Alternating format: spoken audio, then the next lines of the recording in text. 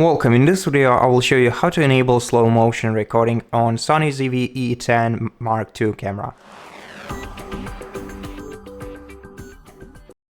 So first thing we want to do is switch on the camera and then switch this toggle to the right to select S&Q recording mode.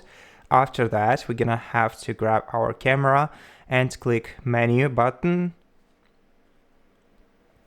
Once we are in the menu, use left arrow key to navigate to the sidebar on the left, then scroll down to shooting option, click OK.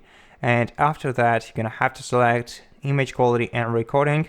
Now here you can of course adjust the file format and also movie settings where you can select the frame rate and bitrate and the rest of the settings on which the slow motion recording settings will basically depend.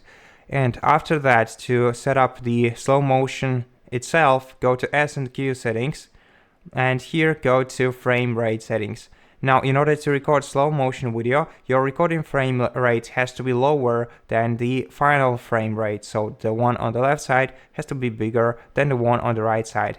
Now for 4K recording, which I have selected, the maximum final frame rate can be 60 FPS. Therefore, we need the recording frame rate to be lower than 60. In this case, we're gonna need to go to 30p in order to use X2 slow motion and 24 in order to use 2.5 slow motion. So yeah, so we only have two options. To increase the amount of options, we're gonna have to go back to file format and switch to HD format.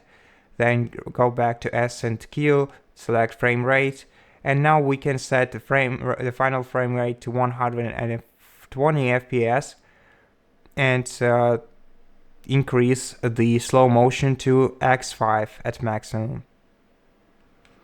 And so that's basically how you do it. Thank you for watching this video. If it helped you, please consider subscribing to our channel, leave us a like and a comment below, and I'll see you in the next one.